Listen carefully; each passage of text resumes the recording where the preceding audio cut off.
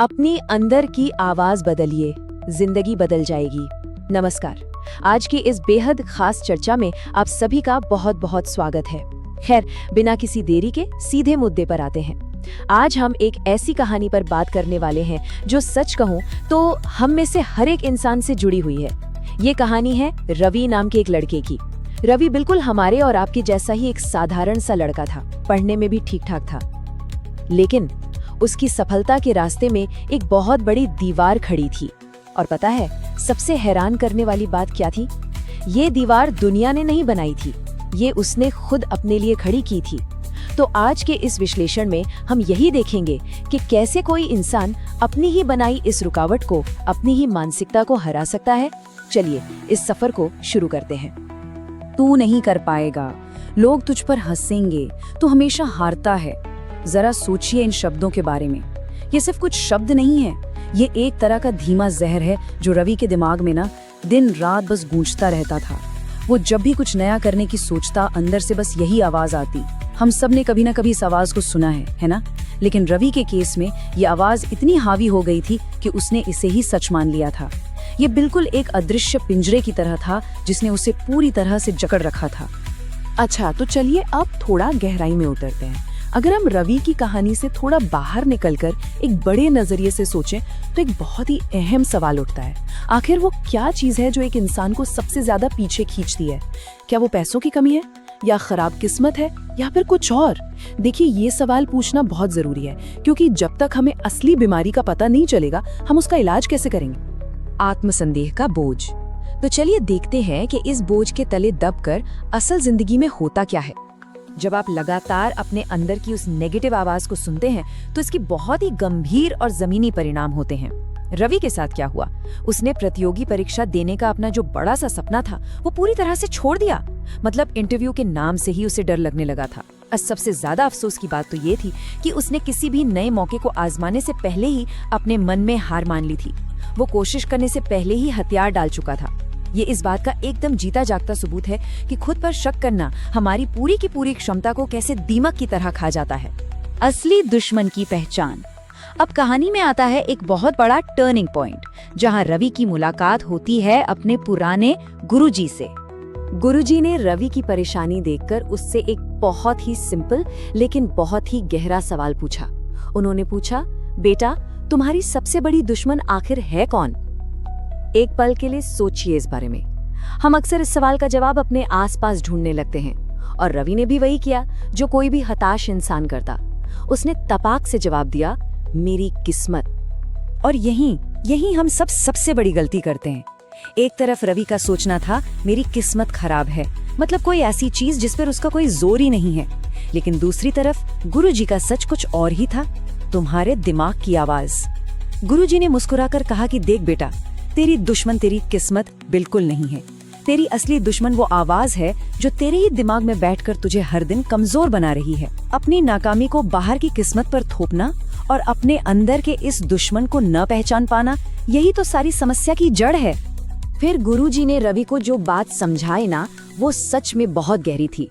उन्होंने कहा कि हम सबके दिमाग में 24 घंटे एक कमेंट्री चलती रहती है, और यही आवाज तय करती है कि आप डर के बैठ जाएंगे या आगे बढ़ेंगे।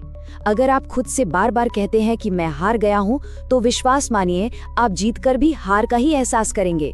लेकिन इसके बिल्कुल उलट, अगर आप खुद से कहते हैं कि मैं सीख रहा हूँ, तो धीरे धीरे आपकी सच्चाई बदलने लगती है, और एक दिन ऐसा आता है जब पूरी दुनिया को भी आपकी इस बात पर यकीन करना ही पड़ता है। ये होती है हमारे अंदर के संवाद की असली ताकत। सुबह का सकारात्मक नियम।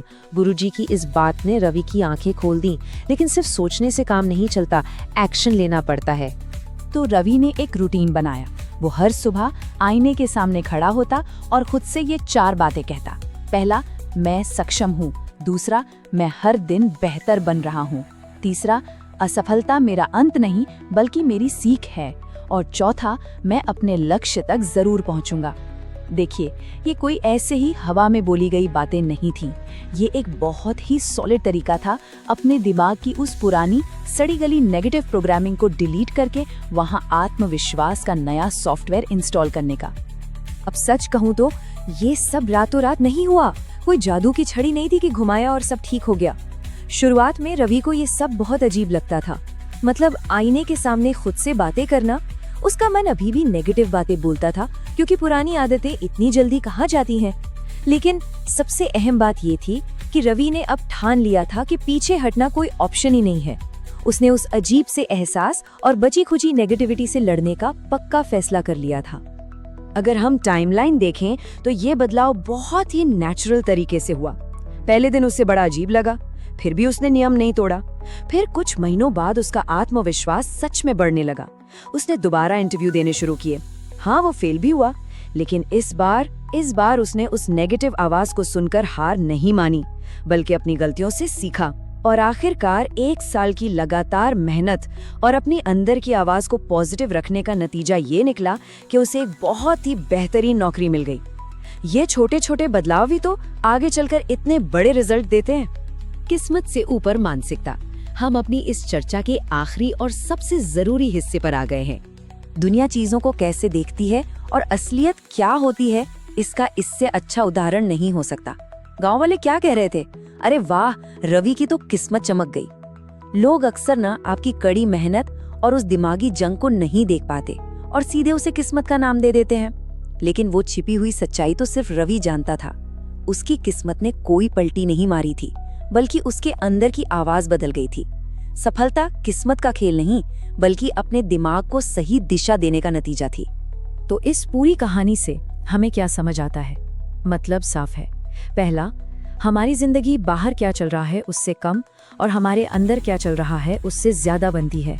इंसान पहले अपने दिमाग में जीतता है, असल जिंदगी में तो जीत बाद में मिलती है। दूसरा, अगर आपके विचार डर से भरे हैं तो सामने रखा एक आसान सा मौका भी आपको पहाड़ चढ़ने जैसा लगेगा।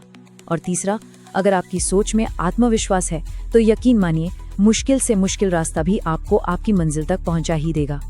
और आखिर में मैं बस इसी बात के साथ खत्म करना चाहूंगा, जिस दिन आपने अपने मन की नकारात्मक आवाज को हराना सीख लिया, बिल्कुल उसी दिन से आपकी सफलता की शुरुआत हो जाती है। रवि के इस पूरे सफर को देखने के बाद आज हम सबको रुककर खुद से ये पूछना चाहिए कि आज हमारे अंदर की आवाज हमसे क्या कह रही है? क्या वो हमें डरा रही है या आगे बढ़ने की हिम्मत दे रही है? जवाब चाहे जो भी हो, बस इतना याद रखिएगा कि उस आवाज की लगाम सिर्फ और सिर्फ आपके अपने हाथों में है। आज की इस चर्चा में हमारे साथ जुड़ने के लिए आपका बहुत बहुत धन्यवाद।